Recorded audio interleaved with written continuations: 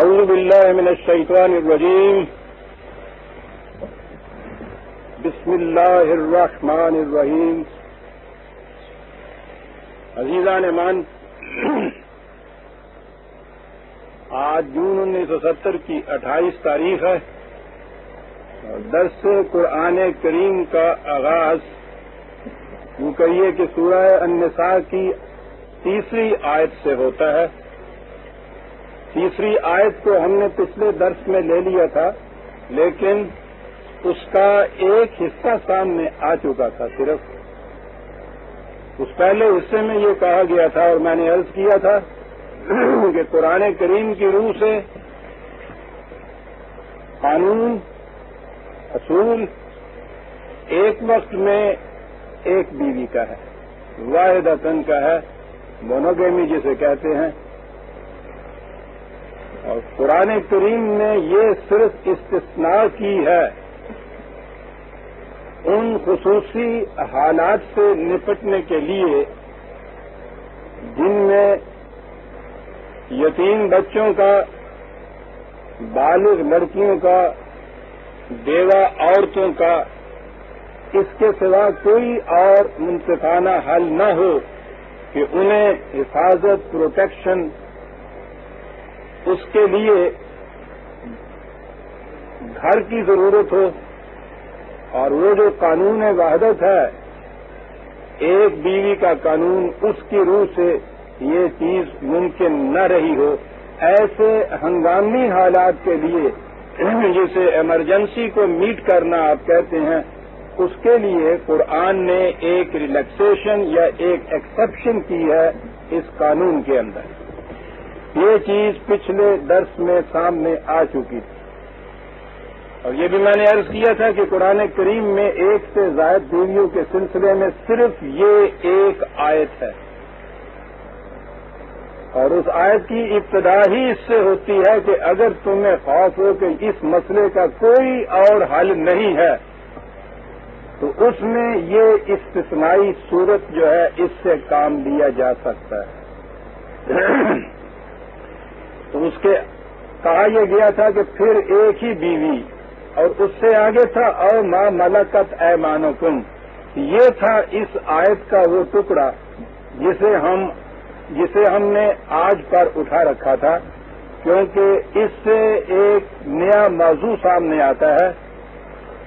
ما ملکت ایمانکم لفظی ترجمہ اس کا ہوتا ہے جن کے مالک تمہارے دائیں ہاتھ ہو چکے ہوں یا جو معاہدہ کی روح سے تمہاری ملکیت میں آ چکی ہوں. اور عام طور پہ اس سے مفہوم لیا جاتا ہے غلام اور لونڈیاں. اور اس آیت میں کہا یہ جاتا ہے کہ قرآن نے یہ کہا ہے کہ تم ایک بیوی کرو اور اس کے بعد 4 تک بیویاں رکھ سکتے ہو، اور ان کے علاوہ لونڈیاں جن کی کوئی تعداد نہیں ہے. پہلے میں نے عرض کیا ہے کہ وہ 4 تک کی بیویوں کا کیا قصہ ہے اور قرآن نے اس کے متعلق کیا کہا ہے. اور اب میں یہ عرض کروں گا کہ اس کے علاوہ جو کہا جاتا ہے کہ اتنی لونڈیاں رکھ سکتے ہو، یہ کیا چیز ہے.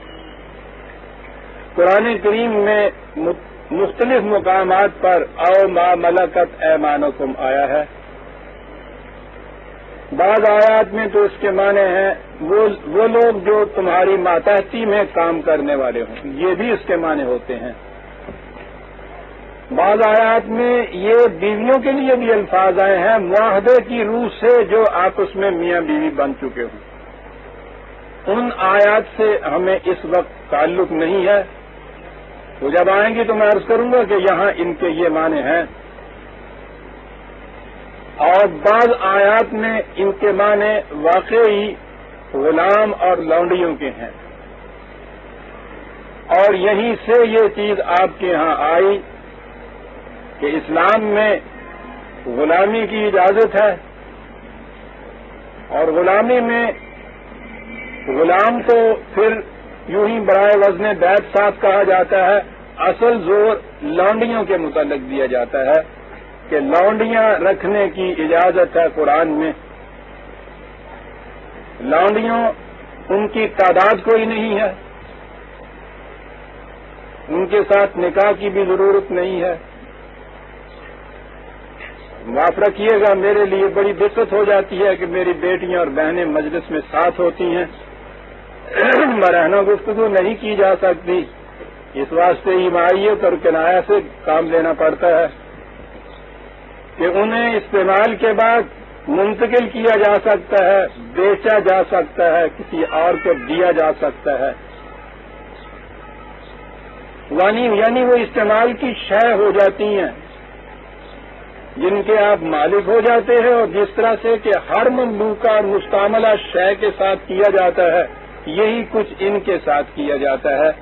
یہ چیز آپ کے ہاں 1000 برس سے مسلسل چلی آ رہی ہے، اور اگر آپ دیکھیں فقہ کی کتابوں میں تو ان کے متعلق اتنے قوانین، اتنے ضوابط، اتنی ڈسکشنز ہیں کہ ناطقہ سرگبا گریبا کہ اسے کیا کہیے۔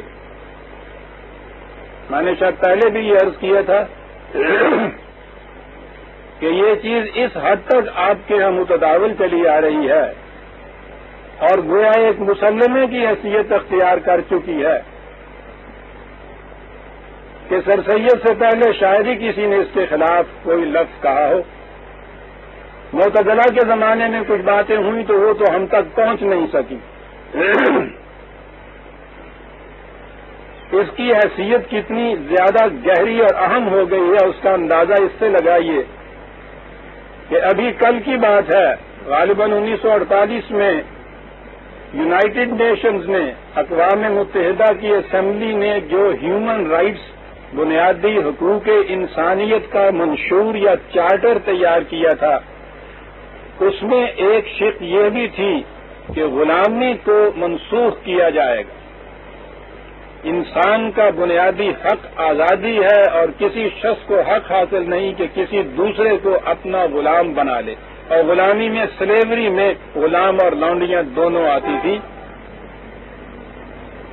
یونائیٹڈ نیشنز کی جتنی ممبر اقوام تھیں انہوں نے اس پر خوشی کے شادیانے بجائے اس چارٹر پر، اس منشور کے مسودے پر دستخط کیے، لیکن مسلمانوں کی سب سے بڑی نمائندہ جماعت حجاز کے والی جو تھے انہوں نے اس پر دستخط کرنے سے انکار کر دیا کہ یہ مداخلت فی الدین ہے، یہ دین کے معاملے میں مداخلت ہے، ہم غلامی کو منسوخ کرنے کے چارٹر پر دستخط نہیں کر سکتے۔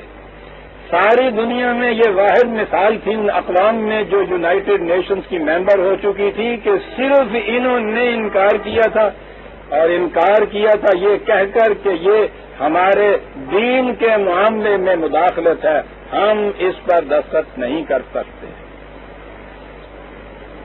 اور پھر ان کے اس ایکشن کے اوپر آپ کے ہاں سے کہیں سے صدائے احتجاج بلند نہ ہوئی کہ آپ بڑی محفل میں یہ کیا بات کہہ رہے ہیں، اس لیے کہ آپ کے ہاں ہر جگہ جتنے بھی آپ کے ہاں کے قوانین شریعت جنہیں آپ کہتے ہیں ان میں تو یہ غلام اور لونڈیوں کا قصہ اتنی اس کی بھرمار ہے۔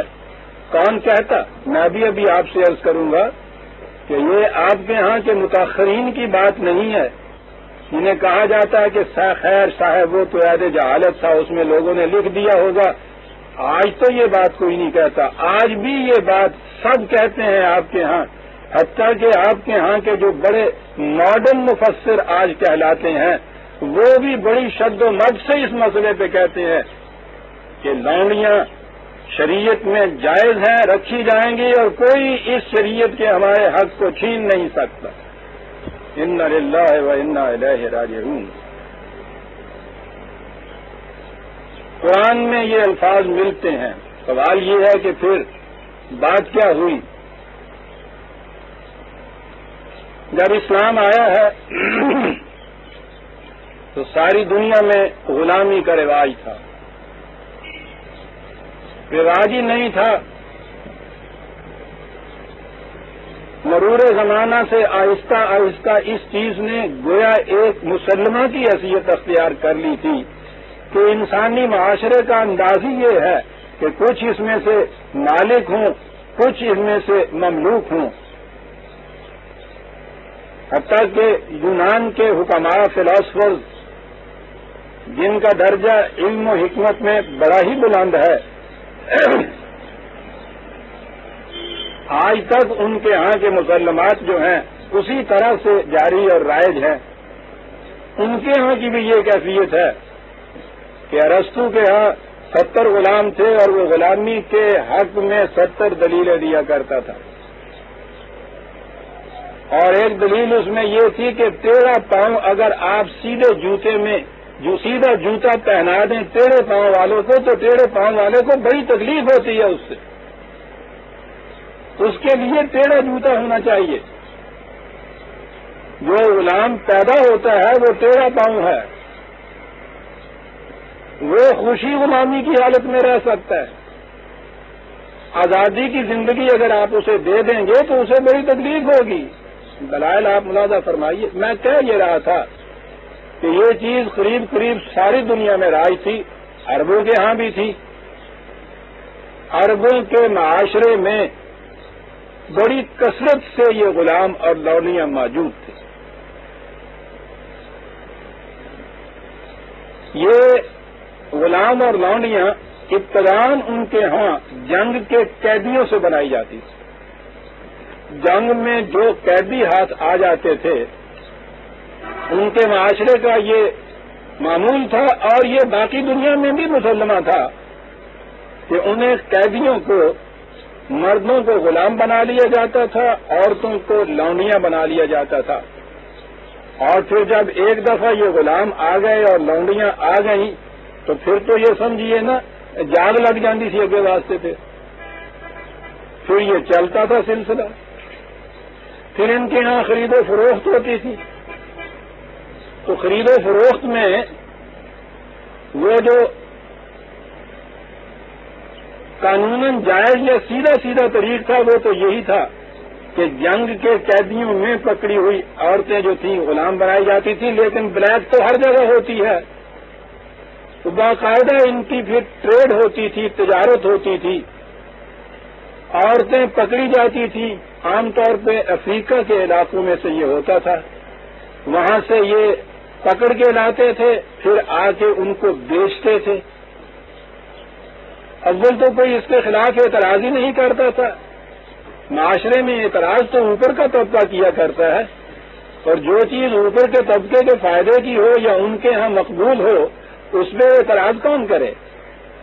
لیکن ابھی کہا جاتا تھا، اگر کبھی تو یہ کہا جاتا تھا کہ یہ انہی غلاموں اور لونڈیوں کی اولاد ہے حقیقت میں جنہیں ہم لاتے ہیں، حالانکہ جنہیں کچھ بھی جن کا مطالعہ ہے تاریخ کا، غلامی کی تاریخ کا، وہ جانتے ہیں کہ خاص طور پر افریقہ کے ان علاقوں سے کس طرح سے ان بچوں کو، بڑوں کو، عورتوں کو، مردوں کو کس بری طرح سے جانوروں کی طرح شکار کیا جاتا تھا، گرفتار کیا جاتا تھا، جیسے جال میں پکڑا جاتا ہے، باندھ کے جہازوں میں لادا جاتا تھا اور دنیا کی منڈیوں میں جا کر انہیں بیچا جاتا تھا۔ خدا نہ کرے کہ ہم یوں کسی کو دیکھیں، لیکن سنیما کی تصویروں میں تو آپ نے دیکھا ہوگا کہ پھر ان غلاموں کے ساتھ کیا ہوتا تھا، لونڈیاں کس طرح سے مارکیٹ میں نیلام ہوتی تھی، کھڑی بیچی جاتی تھی۔ عربوں میں بھی یہ چیز موجود تھی، ان کے معاشرے میں غلام اور لونڈیاں موجود تھے۔ اسلام آیا اور قرآن نے آ کر یہ اعلان کیا، وَلَقَدْ كَرَّمْنَا بَنِي آدَمَ، تمام نو انسانی پیدائش کے اعتبار سے ہر انسانی بچہ یکساں تکریم اور احترام کا مستحق ہے۔ کسی انسان کو یہ حق حاصل نہیں ہے کہ کسی دوسرے انسان سے وہ یہ کہے کہ تم میرے غلام بن۔ قرآن کریم نے تو انسانوں کو ایک دوسرے کے ساتھ اخوت کا اور مساوات کا سبق دیا تھا۔ اس کے ہاں اس قسم کی شرمناک اور باعث لعنت ایک رسم یا تصور یا نظریہ یا خیال کہ ایک انسان دوسرے انسان کا غلام بن سکتا ہے، وہ تو محکوم نہیں بناتا دوسرے انسان کو دوسرے کا، وہ محتاج نہیں بتاتا ایک انسان کو دوسرے انسان کا۔ دین کا تو محصل یہ ہے شرف اور اکرام انسانیت، انسان کی عزت انسان ہونے کی جہت سے، وہ تو مجرم سے بھی نفرت نہیں سکھاتا، وہ کہتا ہے کہ جرم سے نفرت کرو، مجرم سے نفرت نہ کرو۔ مجرم پھر بھی انسان تو رہتا ہے، اس کے ہاں غلامی کا تصور اس قدر باعث تذلیل انسانیت نظریے کی تائید قرآن کی روح سے، وہ تو اس کو مٹانے کے لیے آیا تھا۔ بہت بڑا انقلابی پیغام تھا، موت کا پیغام ہر نوع غلامی کے لیے، اور یہ تو غلامی کی بڑی ہی محسوس اور بدترین سطحی شکل تھی کہ انسان کو واقعی غلام بنا لیا جائے۔ ایک تو غلامی یہ ہے کہ آپ سیاسی غلامی میں کسی کو جکڑ لیتے ہیں، جیسے معقوم قومیں جنہیں آپ کہتے ہیں، بظاہر وہ آزاد انسان پھرتے ہیں لیکن سیاسی روپ سے وہ معقوم ہوتے ہیں، اور یہ غلام تو سچ مچ جانوروں کی طرح غلام بنائے جاتے تھے، زنجیروں میں جکڑا جاتا تھا انہیں۔ عربوں کے معاشرے میں کثرت تھی ان کا سارا کاروبار ان غلاموں کے سر پہ چلتا تھا، لونڈیاں گھروں میں موجود تھی۔ میں نے عرض کیا ہے کہ غلام اور لونڈیوں کا جو سرچشمہ تھا، بنی جہاں سے یہ آتی تھی، وہ جنگ کے قیدی تھے۔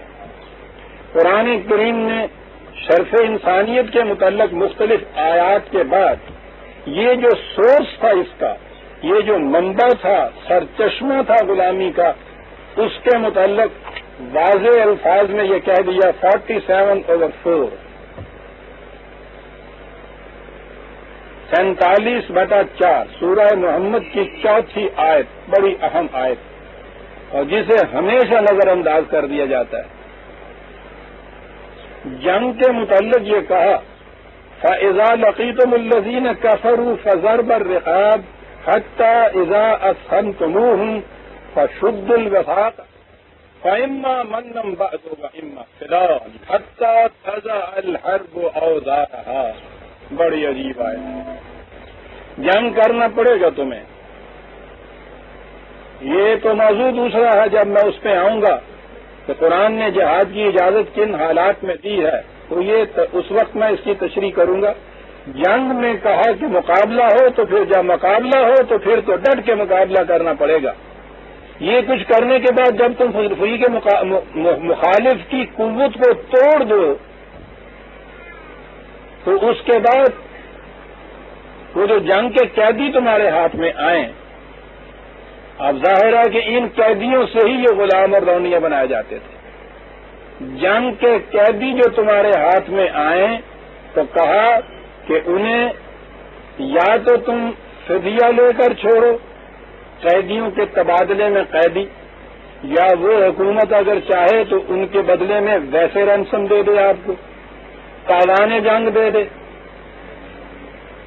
فداءً کا لفظ آ گیا، اس میں یہ ساری چیزیں آ جائیں گی جس میں تبادلے میں، کسی شے کے تبادلے میں، قیمت کے تبادلے میں، قیدیوں کے تبادلے میں اس طرح سے ان کو چھوڑو۔ اور اگر حالات ایسے ہوں کہ یہ رنسم دینے والی وہ قومی باقی نہ رہے، کسی علاقے کو آپ بالکل فتح کر لیتے ہیں، آپ کے قبضے میں آ جاتا ہے، ان کے ہاں کے جو قیدی آپ کے پاس ہے، ان کا رنسم کون دے گا؟ ان کا فدیہ کون دے گا؟ وہ تو قومی باقی نہیں رہی، مملکت باقی نہیں رہی، حکومت باقی نہیں رہی، کیا کیا جائے گا؟ قرآن ہے منن، ان کو احساناً چھوڑ دو کہ انسان ہیں یہ۔ قرآن میں ایک ہی یہ آیت ہے، دو ہی اس کے اندر متبادل شکلیں بتائی، یا تبادلے میں یا رنسم فدیہ لے کے، اور یا احساناً ان کو چھوڑ دو، چھوڑ ہی دینا ہے۔ یہ جتنے دنوں تک تمہارے پاس رہے، ان کے متعلق ہماری تاریخ میں ہے کہ ان کو مہمانوں کی طرح گھر میں رکھا جائے گا۔ اس زمانے میں ابھی اتنا وسیع انتظام تو نہیں تھا کہ الگ کنسنٹریشن کیمپس ان کے لیے بنائے جاتے، وہاں رکھا جاتا۔ ان کو تقسیم کیا جاتا تھا، تقسیم کیا جاتا تھا انہیں مہمانوں کی طرح گھروں میں رکھنے کے لیے، اور مہمان اس قسم کے رکھے جاتے تھے. ایک واقعہ موجود ہے، جنگ بدر کا ایک قیدی تھے عزیز، وہ جب چھوٹ کے یہاں سے گئے ہیں تو وہاں جا کے انہوں نے یہ کہا اپنے ہاں آزاد ہو کے اپنوں میں جا کر کہ میں تو تمہیں یہ اطلاع دینے کے لیے آیا ہوں کہ تمہاری آزادی سے ان کی قید 1000 درجے بہتر ہے. میں واپس جانے کے لیے یہاں آیا ہوں تمہارے پاس یہ کہنے کے لیے کہ تم یہ نہ سمجھ لو کہ مجھے انہوں نے زبردستی باندھ رکھا. انہوں نے کہا کہ یہ کیا چیز تم نے انہیں دیکھی؟ کہنے لگے اور کیا میں دیکھتا، قیدی کی حیثیت سے میں ان کے گھر میں تھا. کیفیت یہ تھی میرے اس میزبان کی کہ دن بھر وہ محنت کرتے تھے، کسی باغ میں پانی دیتے تھے، وہاں سے ان کو کھجوریں ملتی تھی، ان کھجوروں میں سے کچھ حصہ تو تھا اس کا وہ آٹا لاتے تھے. وہ کہتے تھے کہ گھر میں روٹی مجھے ملتی تھی اور وہ اور اس کے بچے کھجوروں پہ گزارا کرتے تھے. مجھے شرم آتی تھی ان کے ہاں یہ دیکھتے ہوئے کہ وہ میرا آقا اور اس کے بچے کھجور کھا رہے ہیں، مجھے روٹی دے رہے ہیں. میں ان سے کہتا تھا تو وہ کہتے تھے کہ بھائی تم مہمان ہو ہمارے، مہمان کا حق فائق ہوتا ہے. جتنے دنوں تک یہ قیدی گھر میں رکھے جاتے تھے وہاں ان کی یہ کیفیت تھی. اور اس کے بعد اما منن بعد و اما فدان، اور جو فدیہ وہاں سے نہیں آتا تھا تو ان کے ہاں سے فدیہ کیا لیا جاتا تھا.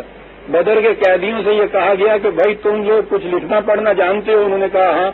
انہوں نے کہا کہ ہمارے بچوں کو الگ بے کا قاعدہ پڑھا دو بھائی، تمہارا فدیہ اتنا ہی ہو جائے گا.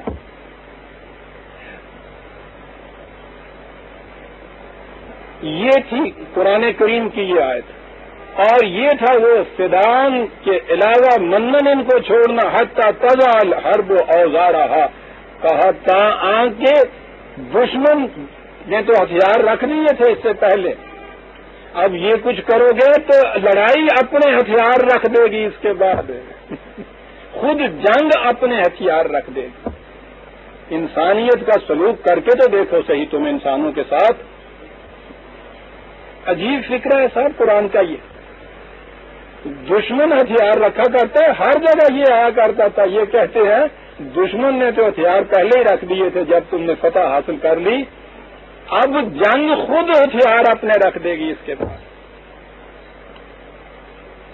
یہ تھا قرآن کا حکم جنگ کے قیدیوں کے متعلق. تو آئندہ کے لیے تو سلسلہ یہ ہو گیا بند. سوال ہی نہیں ہے کہ کسی کو غلام بنایا جائے یا لونڈیاں ان میں سے آئیں. یہ جو معاشرے کے اندر موجود تھے ان کے متعلق کیا کیا جائے؟ قرآن جو احکام بھی دیتا ہے ان میں ہمیشہ یہ دیکھتا ہے کہ ممکن العمل کس طرح سے وہ حکم ہو سکتا ہے. میں مثال عرض کرتا ہوں. شراب جیسی ملعون چیز، ام الخبائث جسے کہا جاتا ہے، قرآن کریم نے اسے ممنوع قرار دیا. کب قرار دیا؟ عربوں کی گھٹی کے اندر یہ پڑی ہوئی تھی. کیسے یہ یورپ میں آج کل اسے معیوب ہی نہیں سمجھا جاتا. بائیں ہی یہ شکل ان کے ہاں تھی، اسے قطعاً معیوب نہیں سمجھا جاتا تھا. کرم ہاں کرم سے نسلن بعد نسلن یہ اس طرح اس کے عادی ہوئے تھے. شراب پینے والے یہ جانتے ہیں متوارث نہ بھی خون میں یہ حلول کر کے آئی ہو، بچپن سے اگر کوئی شراب پینے کا عادی ہو اور شبہ شب اس کو یہ کہہ دیا جائے کہ کل سے حرام یہ شراب بند ہے، وہ چھوڑ سکتا نہیں ہے. کوئی استثنائی بات ہو تو اور ہے کہ ہزاروں لاکھوں میں کوئی ایسا نکلا ہے صاحب عزم جو اپنے آپ پہ ان کا کنٹرول رکھتا ہو، ورنہ وہ تو یہ کہتے ہیں کہ جب پہلا نشہ اترتا ہے تو اس اترنے کے خمار میں یہ کیفیت ہوتی ہے کہ دوسری بار پینے جب تک پی نہ لی جائے اس وقت تک انسان چین سے بیٹھ نہیں سکتا. اور پھر جب عادی ہو جائے، یہ خون میں حلول کر جائے تو یہ ایک رات میں چھڑائی نہیں جا سکتی. آپ دیکھیے کہ ایسی چیز کہ جو اتنی زیادہ ام الخبائث میں سے ہے، اسے چھڑانے کے لیے مکے کی 13 سال کی زندگی، پہلی آیت میں یہ کہا گیا کہ یہ ٹھیک ہے، میسرہ میں اور خمر میں فائدے ہیں، کچھ نظر آتے ہیں، لیکن ان کے نقصانات ان کے فائدوں سے کہیں زیادہ ہیں۔ یہ محض تلقین کی بات کہی گئی۔ آگے بڑھے تو یہ کہا کہ دیکھو بھائی، کم از کم صلات کے اجتماعات میں تو حالت نشہ میں نہ آیا کرو۔ اب یہ دوسری چیز آ گئی کہ جس وقفے پہ بھی شراب کے صلات کے اجتماعات میں آنا تھا، جب اس حصے میں کہا گیا کہ نشے میں نہ آؤ تو ایک پابندی اور عائد کی۔ اب اس سے جنہوں نے تو اس پہلی تلقین کے بعد سمجھ لیا تھا کہ یہ چیز معیوب ہے قرآن کے نزدیک، انہوں نے اسی وقت سے چھوڑنے کی کوشش کر لی ہوگی۔ جن پہ یہ اگلی پابندی عائد کی، انہوں نے اس کے بعد اس پابندی کے ماتحت صلات کے اجتماعات میں تو جانا تھا، تو اتنے وقت کے لیے آپ دیکھیے خود پابندی یہ عائد ہوئی 13 سال مکے کی زندگی کی، اور کم از کم 4 یا 5 سال مدینے کی زندگی کے بھی، اور اس کے بعد وہ آخری حکم آیا کہ یہ رجس من عمل الشیطان ہے، تمہیں رکنا ہوگا۔ اب باز آتے ہو یا نہیں اس سے باز آتے؟ میں عرض کر رہا تھا کہ ایک ایسی چیز جسے معاشرے میں سب سے پہلے ختم کرنا چاہیے تھا، قرآن نے دیکھا کہ یہ ممکن نہیں ہے، اس میں 15 برس لے لیے اس کو ختم کرنے کے۔ وہ جو کہتے ہیں نا کہ جب یہ آیت نازل ہوئی تو مدینہ کی گلیوں کے اندر وہ شراب کے مٹکے ٹوٹے ہوئے بہ رہے تھے، تو وہ یوں ذہن میں آتا ہے کہ صاحب بس فوراً ادھر سے حکم آیا اور مٹکے توڑ دیے۔ 15 سال لگے تھے ان مٹکوں کے توڑانے میں۔ یہ ہے قرآن کا انداز۔ جو چیزیں تو ایسی ہیں کہ جن کے چھوڑنے میں اس طرح سے کوئی نفسیاتی یا طبیعتی اثر نہیں ہوتا، اس کو تو ٹھیک ہے ایک حکم دے کے بند کرایا جا سکتا ہے، لیکن جن احکام کی یہ کیفیت ہو کہ ان کے عواقب، ان کے اثرات جو ہیں وہ اتنے دور رس ہوں، قرآن کبھی ناممکن العمل طریقے سے یہ کچھ نہیں کراتا۔ وہ معاشرے کی موجودہ حالت کو لیتا ہے، یہاں سے بتدریج وہ اپنے نصب العین یا گول یا منزل کی طرف لے جاتا ہے۔ یہ بڑی عجیب مسئلے تھا جسے قرآن نے کہا ہے نا کتاب کے ساتھ حکمت بھی نازل کی ہے۔ یہ وہ حکمت ہے کہ کس حکم کو کس انداز سے نافذ کیا جائے کہ فی الواقع وہ ممکن عمل ہو جائے۔ غلامی میں نے عرض کیا ہے، ان کے ہاں قرن سے رائج، ان کے معاشرے میں یہ غلام موجود، معاشی دار و مدار ان غلاموں کے اوپر یہی باہر کام کاج کرتے تھے، کھیتی باڑی کرتے تھے، گھروں کے اندر ان کے ہاں یہ موجود تھی لونڈی۔ ایک ہی رات میں حکم دے دیا جاتا تو صبح اٹھتے ہی یہ اتنی آبادی جو تھی یہ کہاں جاتی، اور ادھر ان کے ہاں کی جو اکانومی تھی، اقتصادی حالت تھی، وہ کس طرح سے اپسیٹ ہو جاتی۔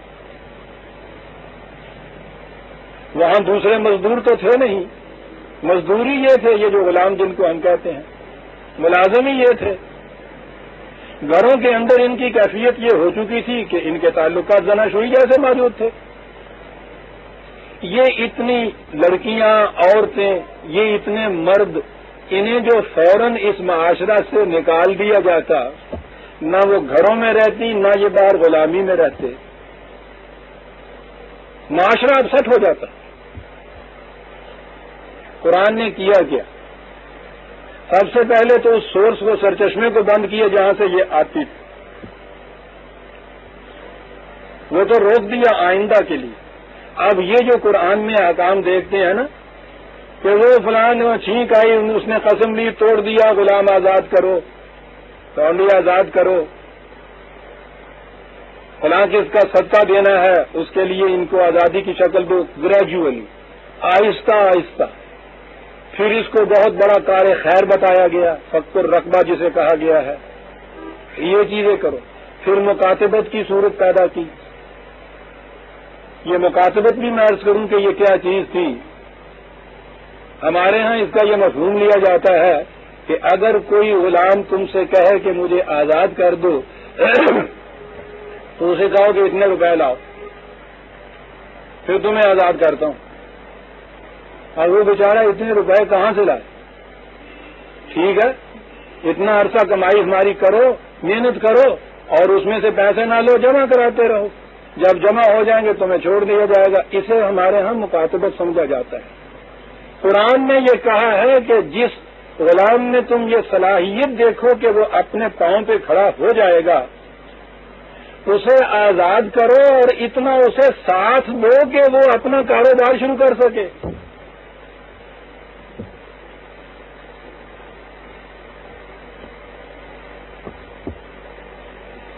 اور یہی صحیح طریق ہو سکتا ہے.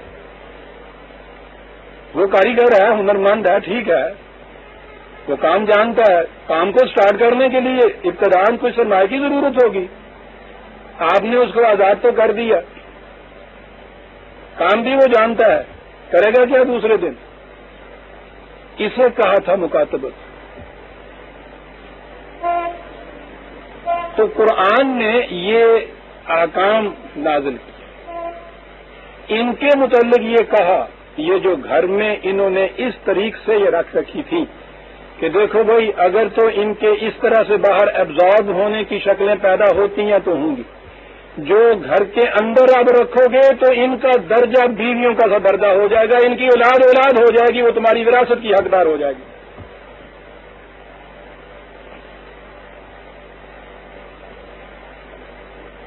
یہ قرآن کریم میں جہاں جہاں او ما ملکت ایمانکم آیا ہے، آپ دیکھیں گے کہ یہ پاسٹ ٹینس میں ہے، یہ ماضی کے سیغے میں ہے. یہ کہیں مستقبل کے فیوچر کے سیغے میں نہیں ہے. یہ کہیں نہیں ہے کہ جو غلام بن جائیں تمہارے، اس کے بعد جو لونڈیاں تمہارے ہاں بن جائیں گی ان کے متعلق یہ ہے. اس کے معنی یہ ہے کہ جو اس وقت، اس سے پہلے جو غلام اور لونڈیاں تمہارے ہاں آ چکی ہیں، یہ ان کے متعلق ہم احکام دے رہے ہیں.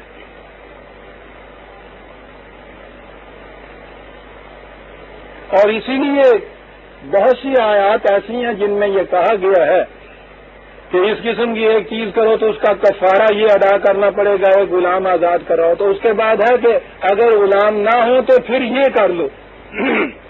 گویا اس نے خود انویسیج کر لیا تھا، دیکھ لیا تھا کہ جس طریق سے یہ آہستہ آہستہ ان کو یا آزاد کیا جا رہا ہے یا خاندانوں کا جز بنایا جا رہا ہے، اس سے ایک وقت آئے گا کہ غلام ملے گا ہی نہیں.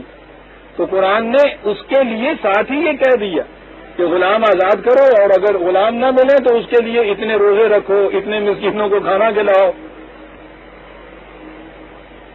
یہ آپ کے ہاں مستقبل میں رہنے کے لیے مستقل انسٹیٹیوشن نہیں تھی کوئی کہ اب قیامت تک کے لیے تمہارے ہاں غلام اور لونڈیاں آتے چلے جائیں گے اور تم ان کے متعلق یہ احکام ہے جو ہم دیتے ہیں یہ کرو. آپ سوچئے تو صحیح. کہتا ہوں جب تقلید کی پٹی آنکھوں پہ بن جائے تو کوئی شے نظر ہی نہیں آتی انسان کو. قرآن کریم میں غلاموں کے چھوڑنے کے متعلق اتنے احکام ہیں، چھوڑنے کے متعلق آزاد کرو آزاد کرو آزاد کرو. اور کہا یہ ہے کہ یہ بظاہر بڑی مشکل سی چیز تمہیں نظر آئے گی، ہم جانتے ہیں یہ ٹھیک ہے. یہ ہمارے ہاں کا ملازم تنخواہ دار جو ہر وقت چھوڑ سکتا ہے، وہ اگر آپ کے یہاں ملازمت چھوڑ کے چلا جائے اسی وقت تو آپ دیکھتے ہیں گھر کے اندر کتنی دقت پیدا ہو جاتی ہے. اور اگر آپ کے یہاں یہ ہو کہ وہ نسلاً بعد نسلاً چلا آ رہا ہے یہی سلسلہ، اور وہ باقی نہ رہے آپ کے یہاں، واقعی بڑی دشواری پیش آنے کا معاملہ تھا. قرآن نے کہا ہے کہ ہم نے جو کہا ہے ان کو چھوڑنا، یہ پہاڑ کی گھاٹی پہ چڑھنے کے مرادف ہوگا، ہم جانتے ہیں. لیکن تم یہ نہیں سمجھتے کہ فق رقبہ جو ہے، کسی جھکائی ہوئی گردن کو سرفراز کر دینا دنیا کے اندر کتنی بڑی نیکی ہے. لفظ قرآن کا ہے فق الرقبہ. میں کہہ یہ رہا تھا کہ قرآن میں ایک طرف تو اس قدر اس کو عمل خیر مستحسن کام بتایا گیا ہے، آزاد کرنا آزاد کرنا. تو کیا قرآن یہ حکم دے گا کہ ایک طرف تو کہے گا کہ بناتے جاؤ غلام بناتے جاؤ غلام، ادھر سے کہے گا بڑا نیکی کا کام ہے چھوڑتے جاؤ چھوڑتے جاؤ. یہ بناتے جاؤ چھوڑتے جاؤ. یہاں تو میں نے نہیں دیکھا، بچپن میں اپنے ہاں ہم دیکھتے تھے. یہ ہندوؤں کے ہاں یہ پرندوں وندوں کو چھڑانا، یہ اس قسم کے کام تو بڑے نیکی کے ان کے ہاں ہوتے تھے نا، پن کا کام ہوتا تھا ان کے ہاں. ان کے بڑے تو بہت سیانے تھے نا، وہ کرتے یہ تھے کہ انسانوں کا خون تو چوستے چلے جاتے تھے، اور ان کے ضمیر میں اگر اس سے کوئی خلش پیدا ہو تو اس کے لیے کرتے یہ تھے.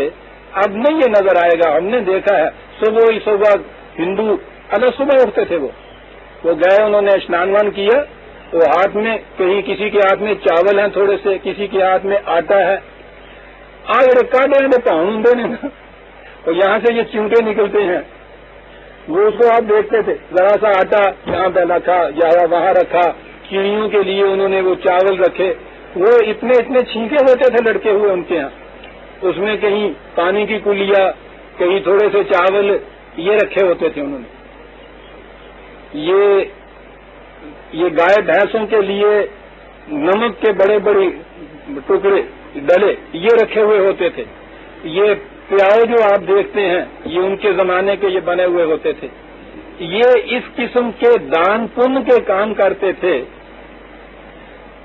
تسکین دینے کے لیے اپنی ضمیر کو کہ یہاں ایک پنجاب کے مسلمانوں سے 10 کروڑ روپیہ سالانہ سود کا لے لیتے تھے یہ. اور آپ کو معلوم ہے یہ جو آتا تھا سود کے لیے، ایک اتنی سی انہوں نے ڈبیا بھی رکھی ہوتی تھی. یہ الگ سے وصول کرتے تھے، جاتے وقت کہتے تھے کہ اس دان پن واسطے بھی پا جائے دیکھیے، وہ اس میں ڈلوا لیتے تھے، اور اس میں سے یہ چڑیاں دا چوگا تے کاڈیاں دا پاؤن تے گاواں واسطے لون دی نکر، یہ دان پن کے کام، یہ فریب نفس. آپ سوچئے تو صحیح کہ کیا قرآن یہ کرتا کہ ایک طرف تو یہ حکم دیتا کہ دھڑا دھڑ غلام اور لونڈیاں بناتے چلے جاؤ، اور پھر اس کے بعد یہ کہتا کہ صاحب ان کا چھوڑنا جو ہے یہ بڑا نیکی کا کام ہے. بات میں نے اور شروع کی تھی کہ ہندو ان چیزوں کو دان پن کا کام سمجھتے تھے. مسلمان ہمارے ہاں وہاں ہوتے تھے، وہاں انہوں نے چیور کہندے ہے، چڑی مار ان کے کہا جاتا تھا. وہ صبح اٹھتے باہر چلے جاتے، یہ شارکاں طوطے، یہ اس قسم کے پرندے جنہیں مسلمان ذبح کر کے کھاتے نہیں تھے وہ ان کو پکڑ لاتے. یہ بٹیر تیتر جو تھے یہ تو مسلمان خرید کے لے جاتے، وہ تو کھاتے انہیں. یہ تختہ مسجد جو تھا یہ طوطے شارکاں، وہ پنجرے میں ان کو ڈال لیتے اور بازار میں چلے جاتے. تو ہم نے یہ دیکھا کوئی ہندو ایک ٹھہرنا بھائی بھائی کتنے، اس نے کہا جی وہ آنے دے دو، وہ ایک انی دیتا، اس میں سے یہ دو وہ ہندو اپنے ہاتھ سے یوں چھو کے نا اس کو چھڑا دیتا، پھر آگے جاتے پھر ان کو چھڑا دیتا. روز یہ ان کو چھوڑتے، دوسری صبح جا کے یہ پھر پکڑ لاتے، پھر جا کے ان کے یہاں کی انی دوانی تو پھر چھوڑتے. یہ بڑا عجیب سلسلہ تھا. ان کا دان پن جو ہے وہ بھی ساتھ رہا، ان کا معاش کا سلسلہ بھی بنا ہوا رہا. یہ چیز ان کے ہاں تھی، ایک طرف پکڑتے چلے جائیے، دوسری طرف نیکی کا کام سمجھ کے چھڑاتے چلے جائیے. تو قرآن نے یہ حکم دیا تھا کہ ایک طرف تو جنگ میں ان قیدیوں کو پکڑ کے لے آیا کرو، پھر ان کا چھوڑنا بڑا نیکی کا کام ہے. غلام کو چھڑانا بڑا نیکی کا کام، وہ سارے چڑاؤں کا کام ہوتا تھی. مینا سزت خدا رہا، مذاق کرتے ہو یہ دین کے ساتھ، نہیں سوچتے کہ کس خدا کے ساتھ مذاق. اللہ ہو یستہزئ بہم مدعم فی طغیانہم یعمہون، خدا سے مذاق کرتے ہو، اس کا قانون مکافات عمل تم سے ایسا مذاق کرے گا کہ ان تاریکیوں کے اگر بھٹکے ہوئے پھرو گے کبھی صحیح راستہ تمہارے سامنے نہیں آ سکے گا. 1000 برس سے یہ چیز ان کے ہاں آئی ہوئی ہے. غلام اور لونڈیاں قیدی جو آئے تمہارے یہاں جنگ کے، ان کو غلاموں کے متعلق نہیں ہے زیادہ کچھ کام، لانڈیوں کے متعلق بناتے چلے جائیے. اور دوسری طرف پھر واز میں غلاموں کے چھڑانے کے متعلق جو احکام ہیں بڑے فخر سے بیان کریں گے کہ دیکھیے قرآن کریم نے، خدا نے کیسے احکام دیے ہیں، غلاموں کو چھڑاؤ، غلاموں کو چھڑاؤ. تو غلاموں کو بناؤ والی بات جو تھی وہ اپنی طرف ہے، خدا کا یہ حکم نہیں ہو سکتا.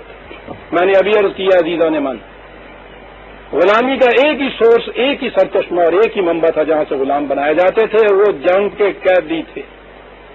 ان کے متعلق دو ٹوک جسے کہتے ہیں، ایک آیت میں دو لفظوں سے بات صاف واضح کر دی، تیسری متبادل شکل میں قرآن نے بتائی۔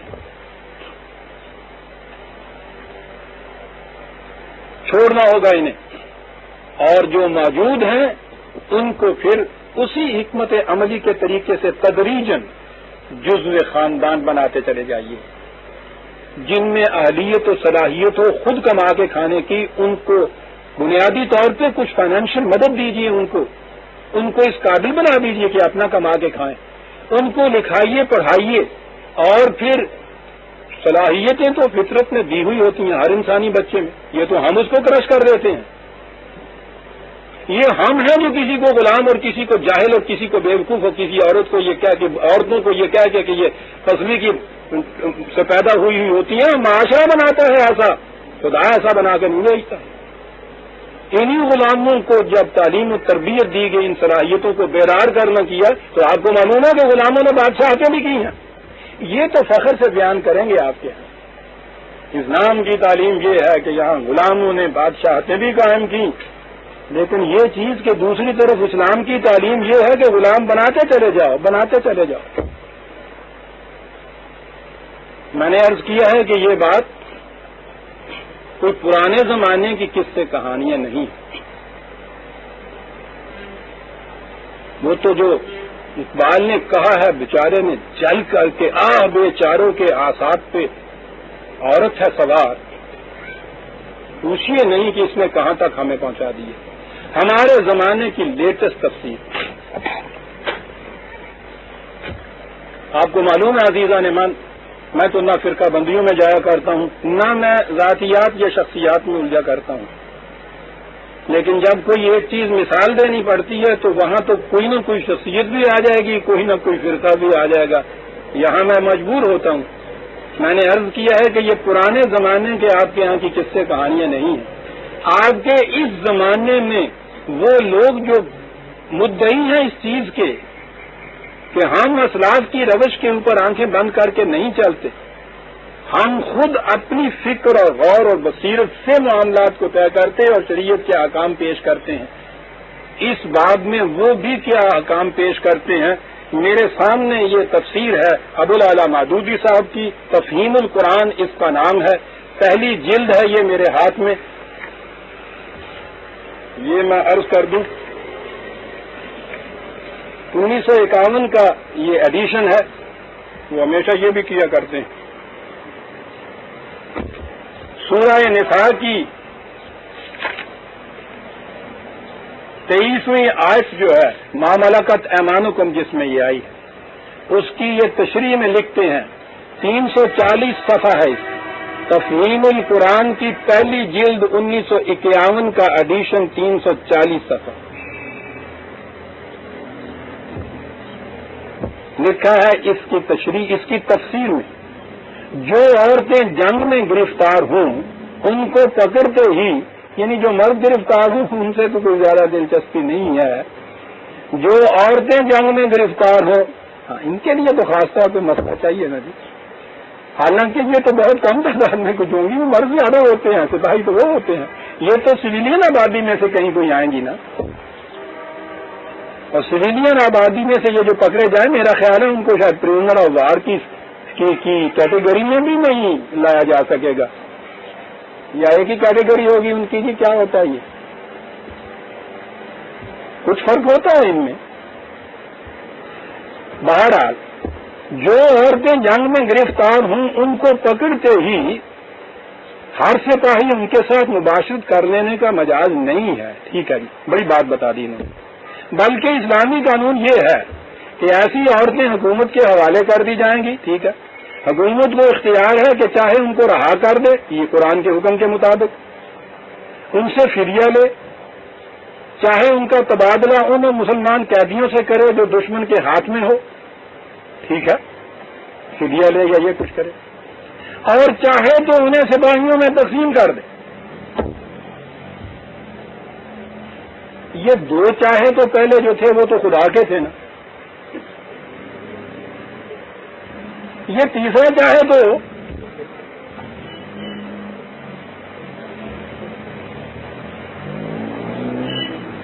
اور پہلے دو چاہے جو ہیں وہ ہمیشہ کے لیے منسوخ ہیں، عمل میں تیسرے چاہے پہ ہو رہا ہے سارا۔ چاہے تو انہیں سپاہیوں میں تقسیم کر دیں۔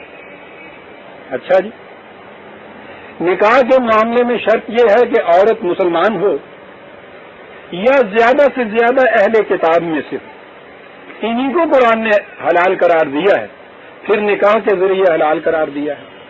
اب یہ جو جنگ میں پکڑی ہوئی عورتیں آئیں، اب ان کے اوپر ہی اگر وہی شرط ہو، یعنی نکاح کے لیے تو وہ شرط ہے،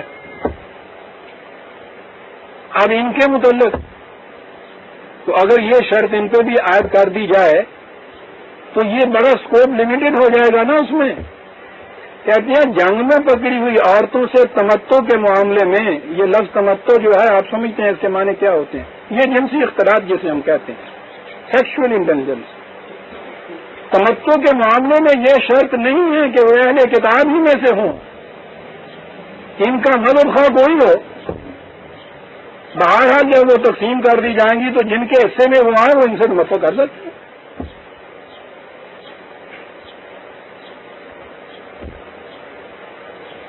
یعنی باقاعدہ نکاح کے متعلق سلسلے میں تو وہ قرآن نے عائد کی کہ وہ مسلمان ہونا یا زیادہ سے زیادہ اہل کتاب ہونا شرط ہے۔ یہ جو ہے ان کے سلسلے میں یہ قید بھی اٹھ گئی صاحب۔ اچھا جی،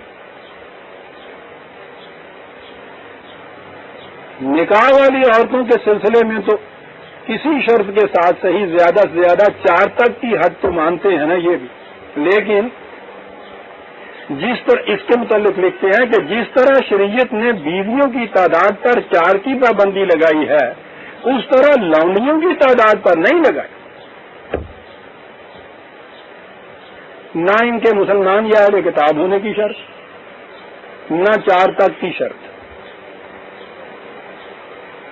نہیں لگائی پابندی۔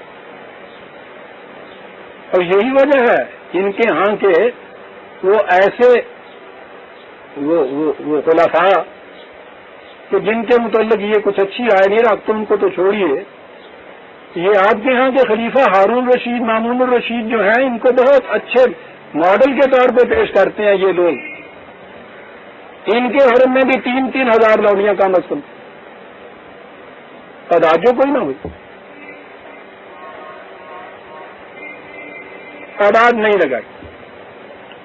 اچھا جی، اور اسی طرح سے ان کے لیے حکومت کی طرف سے حقوق ملکیت کا باقاعدہ عطا کیا جانا ویسا ہی ایک قانونی فعل ہے جیسا نکاح ایک قانونی فعل ہے، لہذا کوئی معقول وجہ نہیں کہ جو شخص نکاح میں کسی قسم کی کراہت محسوس نہیں کرتا وہ خام خواہ لانڈی سے تمتع میں کراہت محسوس کرے اور کہے کہ نکاح ہونا ضروری ہے۔ نہیں، کوئی کراہت وغیرہ والی گل نہیں آگی، نکاح بھی ضروری نہیں۔ آپ دیکھتے چلے جائیے ہو کیا رہا ہے آپ کے ساتھ۔ بہت اچھا جی، ملکیت میں آ گئی تو چلیے یہی صحیح کہ ملکیت میں رہے گی، وہ کہتا نہیں، ملکیت کے تمام دوسرے حقوق کی طرح وہ مالکانہ حقوق بھی جو لونڈیوں پہ حاصل ہیں قابل انتقال ہیں، منتقل کیے جا سکتے ہیں یہ مالکانہ حقوق۔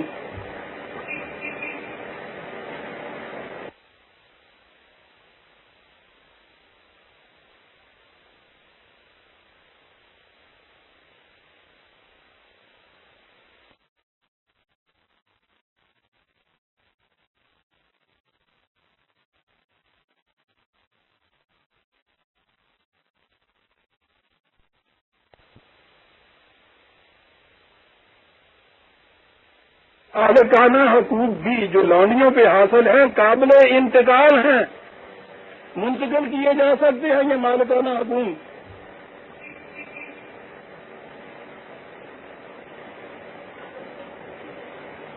سوچتے ہیں آپ، لائٹ موڈ میں ہو تو کہیے کہ راوی عیش لکھتا ہے، اور اس کے بعد روئیے۔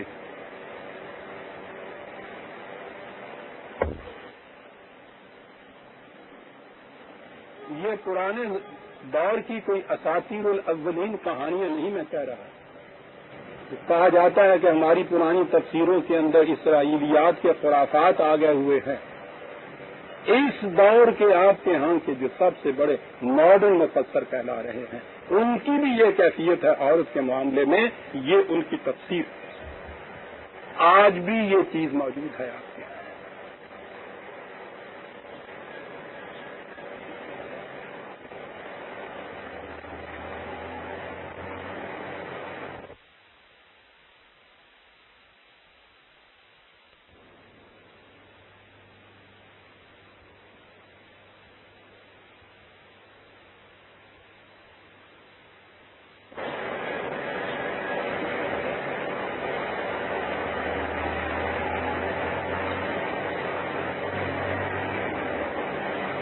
اور جب میں نے یہ چیز سن 65 کے جنگ کے سلسلے میں یہ لکھی کہ حضرت اگر یہ جو اسلام کا قانون ہے آپ کے ہاں یہ کافر بھی کہیں اس اسلام کے قانون پہ عمل کرنے لگ گئے اور آپ کی جو بیٹیاں اور بہنیں ان کے قبضے میں آ گئی ہیں ان کے ساتھ انہوں نے یہ شروع کیا کیا کہو گے اس کے بعد؟ کہا ان سے تو کچھ نہیں کہیں گے تمہیں کافر کہیں گے ہمیں کفر کا فتویٰ لگ گیا.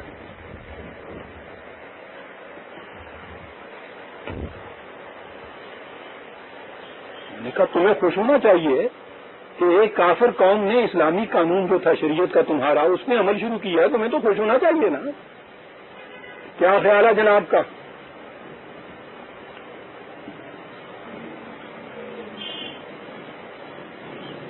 سو صفحے کی بحث کر دی اس کے اوپر. بات یہ تھی کہ جب شریعت کا فیصلہ ہے تو اس کے اندر تم کون دخل دے سکتے. عزیزان من یہ ہے او ما ملکت ایمانکم. سارے قرآن میں ماضی کے سیغے میں پاسٹ ٹینس کے اندر یہ جو اس طرح سے ہو چکی ہے آ چکی ہے ان کے متعلق یہ سارے احکام آزاد کرتے چلے جاؤ جزو خاندان بناتے چلے جاؤ تدریجاً یہ کچھ کرتے چلے جاؤ حتی مطلع الفجر تاکہ پوری انسانیت غلامی کی لعنت سے آزاد ہو جائے. قرآن تو دوسری مملکتوں کے اندر اگر کہیں غلامی کی صورت ہو تو ان کے لیے جہاد فرض قرار دیتا ہے فق رقبہ کے لیے. اس نے فق رقبہ صرف مومنین کے لیے نہیں کہا تھا کہ مسلمان اگر کہیں غلام بنائے گئے ہوں تو ان کے لیے ضروری ہے. اس نے انسان کی گردن کے لیے یہ کہا تھا کہ کسی جگہ کسی انسان کی گردن بھی اگر غلامی کے جوئے کے اندر گرفتار ہے تم مسلمان ہو شرف انسانیت کے دعوے دار ہو تم کو فرض قرار دیا جاتا ہے کہ اس کی غلامی کی زنجیریں جا کے کاٹو خواہ اس کے لیے تمہیں اپنا سر کیوں نہ دینا پڑے. اس قرآن کے حامل آج بھی ہمیں یہ تلقین دے رہے ہیں. جبکہ امریکہ کے اندر کسی زمانے میں جو وار ہوئی ہے غلامی کو چھڑانے کے لیے یورپ کے اندر جو چیزیں ہوئی ہیں پوچھو نہیں ان لوگوں نے کس قدر مسلسل جہاد کیے. اور میں نے عرض کیا ہے کہ بالآخر چارٹر جو ہے یو این او کا مشرکین اور کفار کی جو وہ مجلس ہے بیشتر وہ ہے ان کے اندر انہوں نے یہ بنیادی حق انسانیت رکھا کہ غلامی منسوخ کی جائے گی. آپ کے ہاں آج بھی یہ چیز کہی جا رہی ہے کہ ٹھیک ہے صاحب یہ تو کفر کے نظام میں ہوگا ہمارا نظام جب آئے گا اقتدار ان کے ہاتھ میں آئے گا یہ جو اب اتنے زور سے آپ کے ہاں یہ سارے کچھ اقتدار ہاتھ میں لینے کی کوشش کر رہے ہیں تو اس کے بعد آپ دیکھیں گے نا کہ پھر کیا نقشہ ہوگا. یہ نقشہ ہوگا آپ کے ہاں عورت کا او ما ملکت ایمانکم.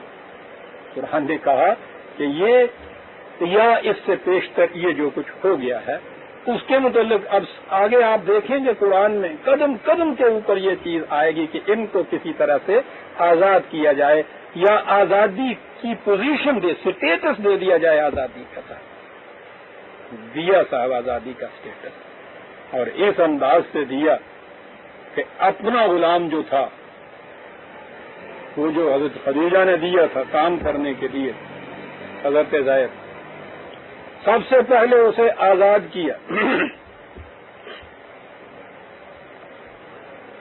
بہت بڑی چیز تھی، آزاد کیا۔ آزاد کرنے کے بعد کیفیت کیا تھی؟ حضرت زید کے باپ کو اطلاع ملی کہ بیٹا آزاد کر دیا گیا ہے، بڑی خوشی سے آیا ہوگا۔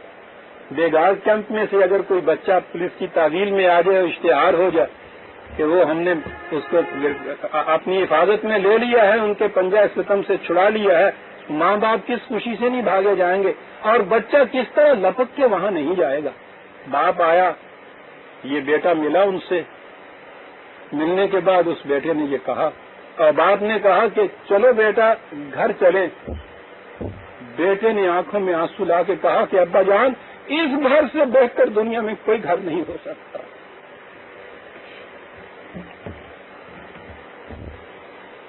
میں نہیں جانا چاہتا۔ باپ چلا گیا، زید بن باپ کے رہ گیا۔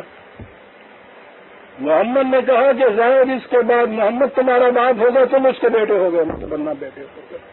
یہ مقام اللہ اکبر رکھنے کی جائز ہے۔ محمد کا بیٹا، عملی مثالیں قائم کرنی تھی۔ قریش کی ممتاز ترین خاتون، بنو ہاشم کی خود اپنی چچیزہ بہن، آپ کو معلوم نہیں قریشیوں کے ہاں، عربوں کے ہاں یہ حسب نسب اور خون جو تھا، اس کی اہمیت کتنی تھی۔ ہندوؤں کے ہاں برہمنیت کشتری کی وہ اہمیت نہیں ہے، ان کے ہاں کی تو کیفیت یہ تھی کہ میدان جنگ میں اگر ادھر سے کوئی قریشی آتا تھا تو وہاں تو جنگ ہوتی تھی نا، ایک ادھر سے آتا تھا ایک ادھر سے جاتا تھا، ادھر سے میدان جنگ میں لڑنے کے لیے جا رہے ہیں۔ دشمن ادھر سے آتا تھا تو پہلے وہ تعارف کراتا تھا، یہ پوچھتے تھے کون ہو، نام کے پوچھتے تھے کہ قبیلہ کون سا ہے، اور اگر وہ قبیلہ وہ ہوتا جسے قریش اپنے ہاں اپنے سے کم تر جانتے تھے تو کہتے تھے واپس جاؤ، تمہارے ساتھ لڑائی کرنی ہمارے لیے حد تک ہے، ہمارے برابر کا دشمن بھیجو۔ کیفیت ان کی یہ تھی کہ جائے کہ شادی کے معاملے میں یہ قصہ، اپنی پھوپھی ذات بہن سے اس کی شادی کی۔ حضرت بلال نے شادی نہیں کی ہوئی تھی، غلام اور حبشی غلام، یہ جو قریش کے بلند ترین نسل والے یہ مسلمان تھے، یہ رسول اللہ صلی اللہ علیہ وسلم کے پاس سفارشیں لاتے تھے کہ بلال سے کہو کہ ہماری بہن یا بیٹی قبول کر لے۔ اور اسی زید کا بیٹا تھا اسامہ، غلام ابن غلام جسے کہیے اسی اصطلاح میں نبی اکرم صلی اللہ علیہ وسلم نے اپنے حیات عرضی کے آخری آپ کا کام تھا، جو آپ نے تبوک کی طرف وہ سپاہ بھیجنی تھی، لشکر بھیجنا تھا، لشکر تیار کر لیا، آخری لشکر یہ رومن کے خلاف بہت بڑا یہ لشکر تھا۔ لشکر کی سپہ سالاری یعنی کمانڈر ان چیف اس لشکر کا یا جی او سی بنانا جسے آپ کہتے، یہ بہت بڑا شرف ہوا کرتا تھا۔ مومنین مجاہدین کے لشکر کا سپہ سالار، اس کے ہاتھ میں حضور جھنڈا دیا کرتے تھے۔ یہ قریباً آخری لشکر اور بہت بڑا لشکر تھا، بڑی شہرت تھی اس کی، بڑے بڑے اعظم صحابہ کے دل میں یہ آرزو موزن تھی کہ یہ جھنڈا آج ہمیں ملے گا۔ نبی اکرم صلی اللہ علیہ وسلم تشریف لے گئے، صفیں تیار تھیں، جھنڈا ہاتھ میں تھا، ان سب کو انتظار تھا، نگاہیں اس پہ لگی ہوئی تھیں یا کان لگے ہوئے تھے کہ آواز کس کو پڑتی ہے۔ حضور نے کہا کہ اسامہ ابن زید کہاں ہے، غلام کا بیٹا غلام کہاں ہے؟ وہ باہر آیا، عمر کے اعتبار سے بھی نوجوان تھا، ابو بکر اور عمر اور عثمان و غنی بھی تو اس کے اندر موجود تھے ان صفوں میں، عبد الرحمان ابن زید اور طلحہ زبیر بھی ان کے اندر موجود تھے، خالد بن ولید بھی ان کے اندر موجود تھا۔ حضور کی زندگی کا آخری کارنامہ، آخری جھنڈا جو دیا ہے اسامہ کے ہاتھ میں آپ نے دیا، دنیا کو یہ بتانے کے لیے کہ دیکھو ہمارے ہاں غلاموں کے ساتھ یہ سلوک کیا جاتا ہے۔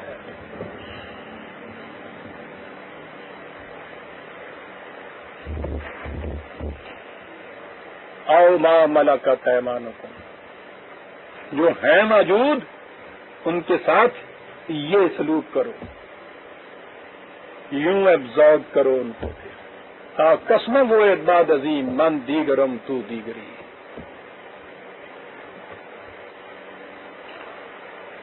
یہ ہے عزیزان من آپ کے ہاں غلام اور لونڈیوں کے متعلق قرآن کے احکام، یہ ہیں آپ کے ہاں اس مروجہ شریعت کے فیصلے جو میں نے ابھی عرض کیے۔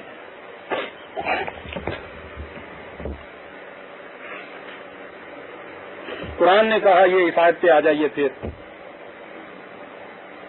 کہ قانون ازدواج کا وحدت ہے، مونوگیمی، ایک بیوی۔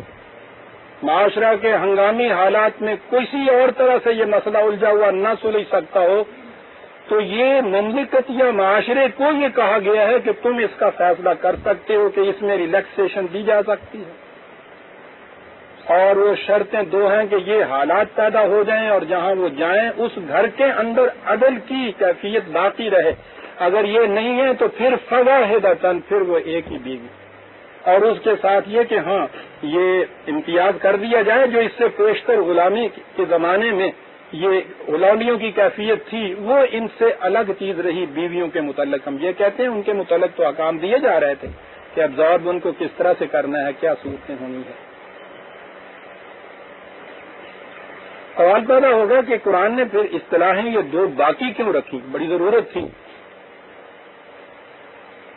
ایک تو یہی کہ اگر یہ تعداد کے بھی اعتبار کے دیکھا جائے تو پھر وہ تعداد یوں بڑھتی تھی، یوں الگ کر کے یہ صرف اس غرض کے لیے تھا۔ یہ ایک بات اور بھی تھی، اور اس سے آپ دیکھیں گے قرآن کی نگاہ قانون کے مقابلے میں کی نسبت میں تعزیرات کے سلسلے میں سزا دینے کے معاملے میں کہاں تک نگاہ پہنچتی تھی قرآن کی۔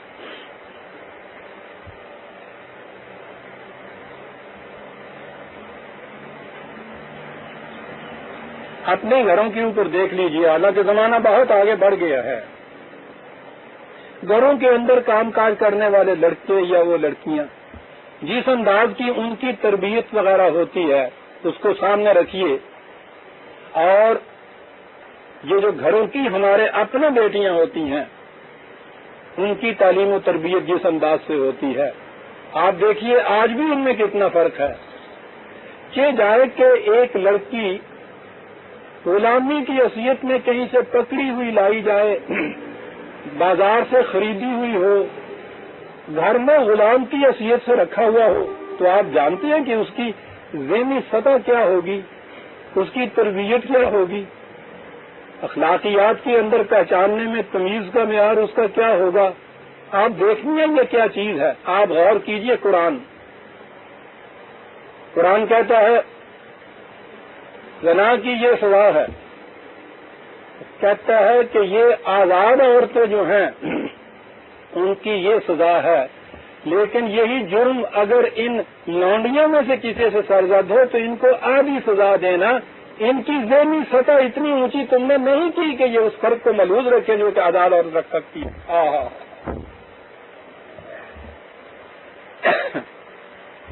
یہ اصطلاحی فرق ان چیزوں کے لیے رکھا تھا قرآن نے، یہ جو بار بار یہ او ما ملکت ایمانکم کہتا چلا جاتا ہے، کہاں آ کے یہ جزو بن گئے تھے معاشرے کے، اور پھر اس کے بعد تو یہ اصطلاحی آپ کے ہاں ختم ہو گئی، یہ آپ کے ہاں باقی رہی پھر فقہ کے مسائل کے اندر، خیر روایات کے اندر آپ کے ہاں باقی رہی۔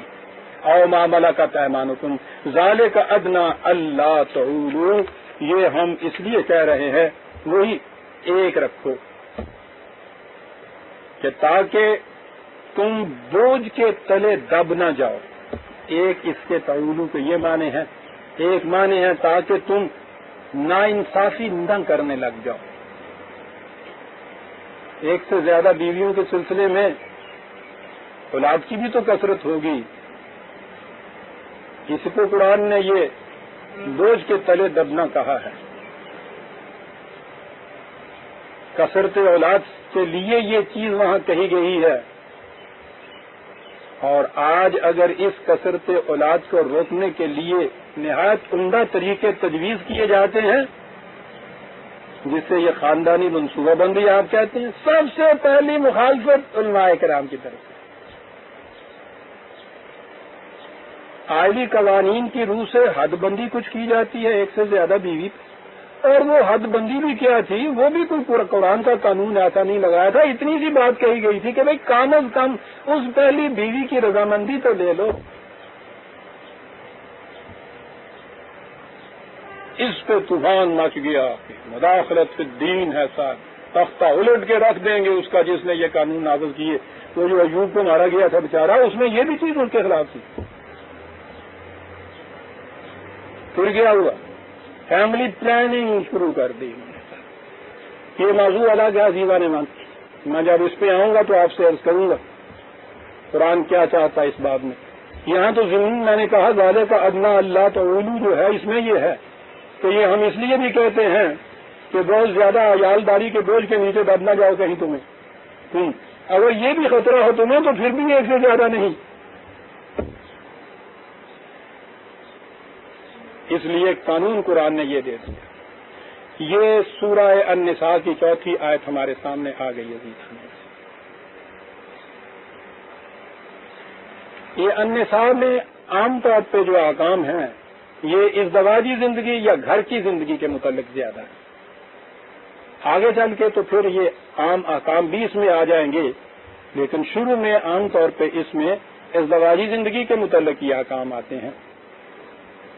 15 منٹ ہے میرے سامنے بات۔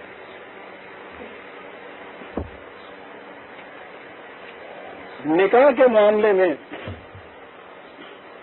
قرآن کریم مرد اور عورت کو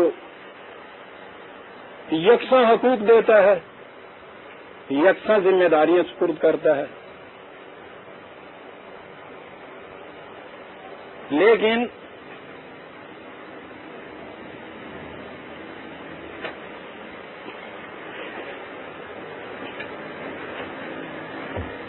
وہ ٹیپ الٹ رہے ہیں اس طرح۔ نکاح کے معاملے میں میں نے کہا کہ دونوں کو یکساں حقوق دیتا ہے، دونوں کو ایک وزن دیتا ہے، لیکن ایک معاملہ ایسا ہے جس میں وہ عورت کا پلڑا جھکاتا ہے،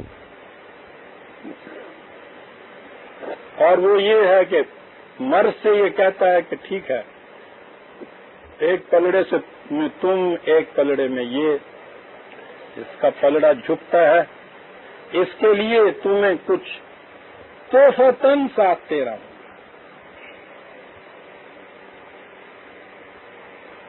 کوئی تحفہ دینا ہوگا تمہیں، اور یہ جو مرد کی طرف سے تحفہ پیش کیا جاتا ہے اسے آج کی اصطلاح میں مہر کہا جاتا ہے۔ حق مہر جن کرنے ایک تو مہر ہوں دینے نا،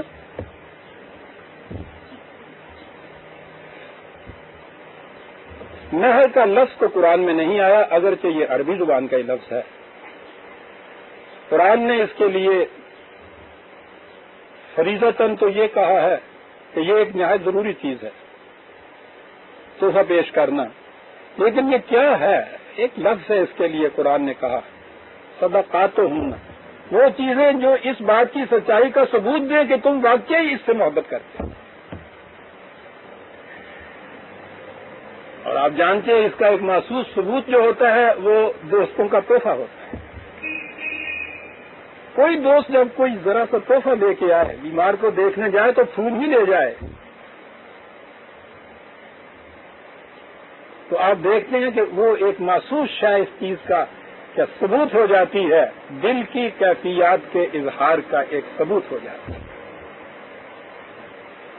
اسی لیے قرآن نے اسے ان کا صدقاتہن کہا ہے۔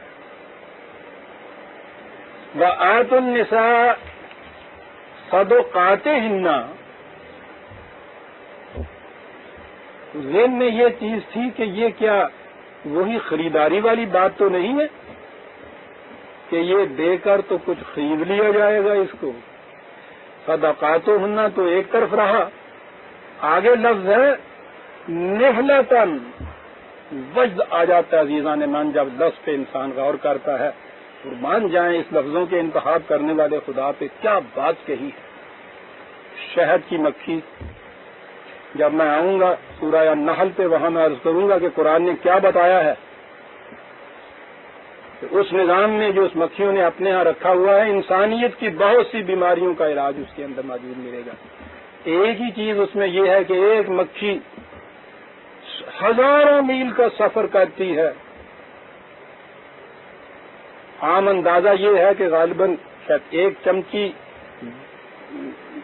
شہد کی جو آخر میں بنتی ہے اس کے لیے 37,000 میل کا سفر کرنا پڑتا ہے ایک مکھی کو. بہرحال وہ سفر کرتی ہے، مختلف جگہ جا کے خوبصورت ترین پھولوں کا عمدہ ترین رس وہ ہوتا کتنا ہے وہ لیتی ہے اپنے منہ میں یا پتہ نہیں کہاں، وہاں سے وہ اڑتی ہے. امین اتنی ہے کہ راستے میں خواہ اس کی جان چلی جائے اس میں سے ذرا سی بھی خیانت نہیں کرتی. جو قرآن نے کہا تھا نا کہ ارض و سما میں سے کسی نے بھی خیانت نہیں کی تھی ہماری عمارت میں، وہ آیت آئے گی تو میں عرض کروں گا بڑی بلند آیت ہے. یہ قطعاً راستے میں اس میں خیانت نہیں کرتی. آتی ہے تو اس چھتے میں اسی طرح نہایت ایمانداری سے اس اپنے حصے کو رکھ دیتی ہے اور رکھ کے الگ ہو کے بیٹھ جاتی ہے. بانٹنے والے اور ہوتے ہیں اس میں، وہ اس میں سے جو بہترین شہد ہوتا ہے انہیں تو وہ بانٹنے والی کوئین یا اس کا نظام جو ہے وہ پہلے بچوں کو دیتے ہیں، پھر جو اور زیادہ کام کاج کرنے والے ان کو دیتے ہیں. یہ جو شہد اکٹھا کر کے لانے والی ہوتی ہے انہیں موم ملتی ہے اس میں سے. یہ جو اس طرح تگ و تاز کر کے وہ قطرہ بھی اس کو کیا کہا جائے گا، وہ جو شہد کا اتنا سا لاتی ہے، جس انداز سے وہ لا کر اس چھتے میں بلا اس خیال کے کہ اس کا کوئی مزد یا معاوضہ مجھے ملے گا، قطعاً اس کا احساس نہیں ہوتا. یوں جس طرح سے وہ شہد کا قطرہ آ کے چھتے میں دیتی ہے اسے کہتے ہیں محنتاً. قرآن کہتا ہے یہ جو تحفہ دیا ہے یہ ایک تو ثبوت ہوگا اس بات کا کہ تمہارے دل میں واقعی اس کی محبت ہے. دیا ہے تو یوں دو جیسے وہ مکھی شہد کا قطرہ چھتے میں آگے دے جاتی ہے اور الگ ہو کے بیٹھ جاتی ہے. اف یوں دو.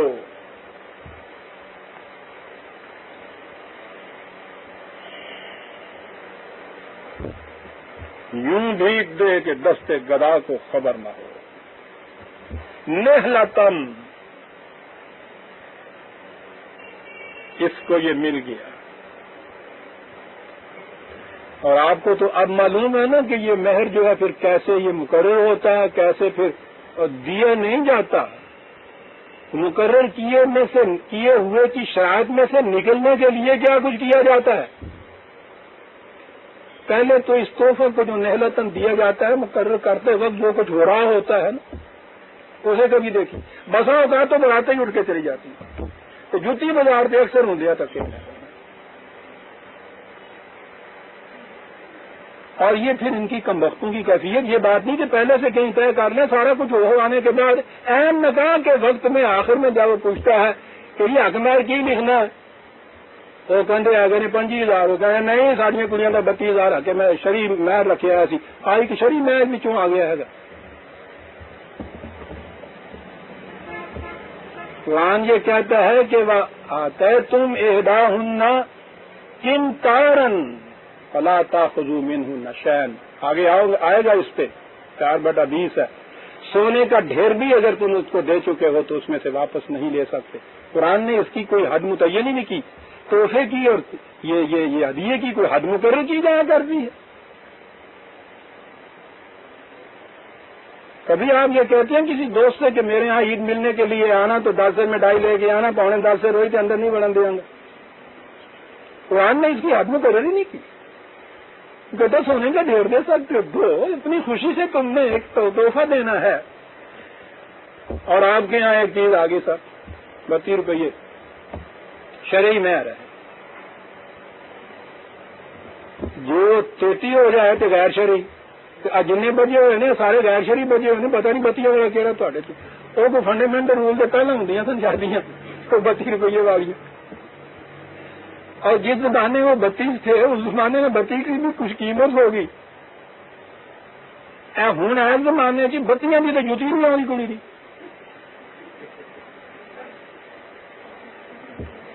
شری نہر 32 روپئے.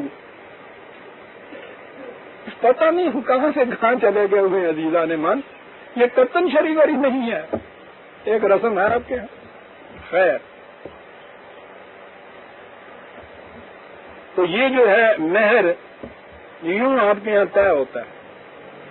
تب طے ہوتا ہے، وہ کہتا ہے کہ نہیں صاحب 50,000، وہ کہتا ہے صاحب یہ ہمت نہیں، توفیق نہیں. ادھر سے آواز آتی ہے لکھن دیکھ کے نہ دینا کوئی ہے لکھے جانا ہوں لکھن دے آگے ہاں جی.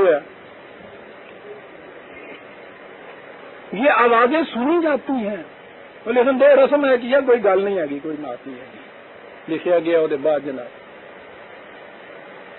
پہلے ہی جھگڑے میں یہ کہہ دیا جاتا میں بخشوا لے آیا گا سی لے چل کیا کر مجھے. عزیزان من، قرآن نے کہا تھا ان آئلی قوانین کے متعلق کہا تھا کہ وَلَا تَتَّخِذُوا آیَاتِنَا ہُزُوًا، ان احکام کو مذاق نہ بنا لینا کہیں. یعنی کیا کہا جائے اس کو، وہ تو خبیر و علیم ہے. یہ کہنا کہ پتہ نہیں انہوں تمہیں پتہ لگے، یہ تو کہا ہی نہیں جا سکتا اس کو کیا علم نہیں تھا.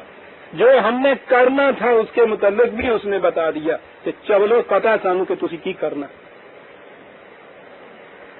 ہمارے قوانین کو مذاق نہ کہیں بنا لینا. کیا لفظ ہے قرآن کا، استہزاء ہے. استہزاء وہ مذاق ہوتا ہے اس میں ہیومر کی بات نہیں ہوتی. جس ہیومر میں دوسرے کی تذلیل مقصود ہو نا اسے استہزاء کہتے ہیں عربی والے. عجیب زبان ہے یہ تو، مذاق تو بڑی عجیب چیز ہوتی ہے. استہزاء ہے یہ نہ کہیں کر دینا اس میں. تو یہ دیکھیے نا اس میں تذلیل نظر آ رہی ہے احکام کی، تو ٹھیک ہے وہ لکھن دے کن دینا ہے گا. بہرحال یہ ہے اس مہر کی حقیقت جو میں نے ابھی عرض کیا. دینا ہے صدقات ہونا، ثبوت پیش کر رہے ہو، صداقت کا اپنی ثبوت پیش کر رہے ہو. نہلتن دینا ہے، تم نے دے دیا اسے. اب آگے جو کہا گیا ہے اس کی بات تو ختم ہوئی. فَإِن طِبْنَ لَكُمْ، برابر میں بھی تو دوست ہے. اگر یہ اپنی رضامندی سے کہے کہ ہاں بھائی تم نے یہ دیا ہے بہت اچھی بات ہے، میں اپنی طرف سے یہ اتنا تمہیں چھوڑتی ہوں، دوستی ہے نا. طِبْنَ لَكُمْ، اس کی طرف سے بات ختم ہو گئی ہے، کوئی چیز اس کو یہ حق ہی نہیں رہی. یہ اب عورت کے متعلق ہے. فَإِن طِبْنَ لَكُمْ عَنْ شَيْءٍ مِّنْهُ نَفْسٌ، پھر طِبْنَ لَكُمْ نَفْسٌ عجیب الفاظ ایسا ہے. پہلے تو طبنا ہی لیجیے نا. طابہ کے معنی ہوتا ہے دل کی رضامندی اور خوشگواری سے، کسی قسم کا جبر اس میں نہیں ہونا چاہیے. طبنا لکم لفظ لایا ہے قرآن. دل کی رضامندی سے خوش ہو کے دوستانہ حیثیت سے برابر کے تعلقات، محبت کے، پیار کے، ازدواجی زندگی کی رفاقت کے قائم ہو گئے. وہ اگر اس انداز سے اس میں سے تمہیں کہے کہ نہیں یہ لے لو، اور آگے من ہو نفسن، اس میں کسی دوسرے غیر کا کوئی اشارہ تک بھی نہ ہو، خود فیصلہ کرے وہ. ابنا اور نفسن فکلو ہنیم مریا، تو ٹھیک ہے پھر تم نہایت خوشگواری سے ایک دوست کی طرف سے ریٹرن آئی ہے.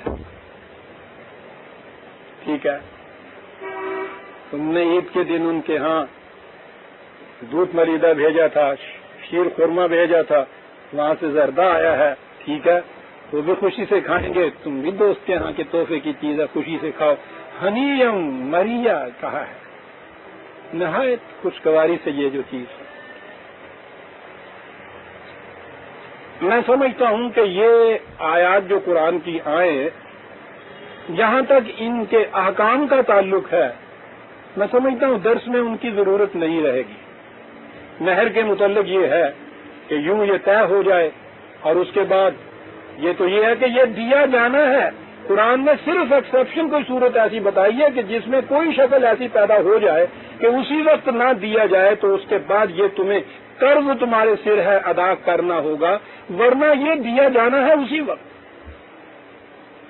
تو یہ چیز کہ اگر نہ اس وقت طے ہو تو بعد میں کیا کیا جائے، اگر اختلاط سے پہلے ہی نوبت آ جائے نکاح کی تنسیخ کی تو اس وقت کیا کیا جائے، عورت اگر اپنے نکاح کو منسوخ کرنے کے لیے چاہتی ہے تو اس وقت کیا کیا جائے، یہ قرآن میں مختلف مقامات پہ احکام ہیں۔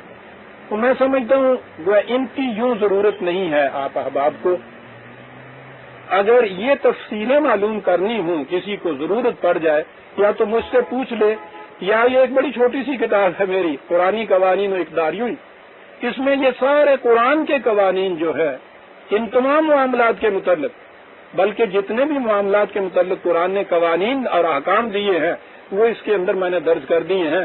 کبھی ضرورت پڑے اگر آپ احباب کو کسی اس قسم کے معاملات میں سے یہ معلوم کرنے کی کہ قرآن کیا کہتا ہے، تو اس کو یہاں سے اوپر ادارے سے ہی لے کے کنسلٹ کر لیجئے۔ دو صفحوں کے اندر بات ساری اس میں دے دی گئی ہوتی ہے، ایک ایک معاملے کے متعلق، مہر کے متعلق، عدت کے متعلق، نکاح کے متعلق، عمر کے متعلق، یہ ساری چیزیں جتنی بھی ہیں۔ بہرحال یہ آیت آ گئی ہمارے سامنے، یہ ہے مہر جسے آپ کہتے ہیں، یہ ہے اس کی ادائیگی کی شکل، یہ ہے اس میں سے جو وہ عورت آج خود پھر توفتاً تمہیں واپس دے دے، چھوڑ دے، یہ اس کی شکل۔ سورہ نساء کی 4 آیت یہ ہمارے سامنے آ گئی عزیزان من۔ 5ویں آیت سے ہم آئندہ شروع کریں گے۔ ربنا تقبل منا انک انت السمیع العلیم۔